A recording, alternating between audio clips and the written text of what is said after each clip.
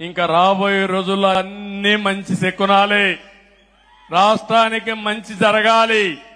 కానీ సమస్యలు కూడా బోలెడన్ని ఉన్నాయి. నేను మొయ్యలేనంత భారం ఉంది, ఆ విషయం కూడా మీరు గుర్తుపెట్టుకోవాలి. మీకు కనపడినంత ఆశాజనకంగా లేదు. ఖజానా ఖాళీ అయిపోయింది. అప్పులు విపరీతంగా చేశారు. చాలా మంది అంటున్నారు, నువ్వు ఎట్లా చేస్తావు, నీ దగ్గర డబ్బులు లేవు కదా అని. ఉన్నదే నాకు మనో సంకల్పం, మనోధైర్యం. కష్టాలున్నాయని పారిపోయేవాణ్ణి కాదు. 40 ఏళ్లుగా ఆదరించిన ప్రజానీకం 5 కోట్ల మంది కోసం, మీ భవిష్యత్తు కోసం ఎంత కష్టమైనా పడతాను, ఎంత భారమైనా మోస్తాను. తిరిగి ఈ రాష్ట్రాన్ని గాడిన పెట్టే బాధ్యత నాదని మరొక్కసారి మీ అందరికీ తెలియజేస్తున్నా. ఒక పక్కన నిన్న మొన్న నేను గాని మిత్రుడు పవన్ కళ్యాణ్ గారు గాని మొత్తం ఒకసారి చూసాం లెక్కలన్నీ.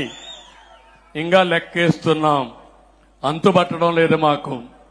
ఎక్కడెక్కడ అప్పు తెచ్చారో, ఎక్కడెక్కడ ఖర్చు పెట్టారో, ఏ దొంగలు ఎంత దొంగిలించకపోయారో అన్ని లెక్కలిస్తున్నాం. అందుకే రాబోయే రోజుల్లో మొట్టమొదటి కేబినెట్ లో రాష్ట్ర వాస్తవ పరిస్థితులు మీకు తెలియడానికి 7 వైట్ పేపర్లు పబ్లిసైజ్ చేస్తున్నా. నేను ఒకే ఒక విషయం మిమ్మల్ని అందరినీ కోరుతున్నాను.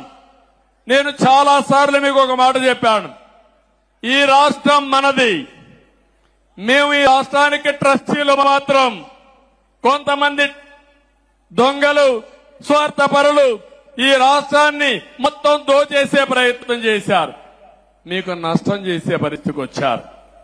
అయితే మీలో చైతన్యం వచ్చి రాష్ట్రాన్ని కాపాడుకోవాలని నిలబడి మొన్న ఎన్నికల్లో ఊహించిన విధంగా చాలా మంది ఎన్నికల ముందు భయపడ్డారు. కానీ పోలింగ్ స్టేషన్ కు వచ్చిన తర్వాత ఒక సైలెంట్ రెవల్యూషన్ వచ్చింది, పెద్ద ఉద్యమం వచ్చింది.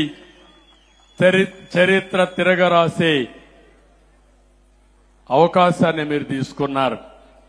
అందుకే మేము 7 వైట్ పేపర్లు చూసి, 1 రాష్ట్ర ఆర్థిక పరిస్థితి, 2 పోలవరం సాగునీటి ప్రాజెక్టులు పూర్తిగా విధ్వంసం చేశారు, 3 అమరావతిని సర్వనాశనం చేశారు, 4వది మీరు ఒకసారి చూస్తే ఎక్కడ చూసినా మద్యం ఏరులై పారి నాసిరకం మద్యం తెచ్చి ఈ పేద ప్రజల ప్రాణాలు తీసే పరిస్థితికి వచ్చారు. 5వది భూగర్భ ఖనిజ సంపద, ఇసుక, గ్రనైట్, లాటరైట్, ఒకటి కాదు అన్ని దోచుకునే పరిస్థితికి వచ్చారు.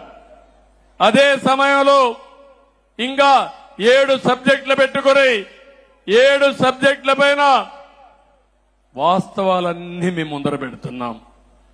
అదే సమయంలో మీరు ఒకసారి ఆలోచిస్తే మేమేదో ఇంకొక విధంగా వాళ్ళు చేయలేదని బ్లేమ్ చేస్తూ ఇంట్లో కూర్చోవడం కాకుండా నేను ఒక మాట చెప్పాను, మొదటి 3 సంతకాలు పెడతానని ఆ రోజు మీ అందరికీ హామీ ఇచ్చాను.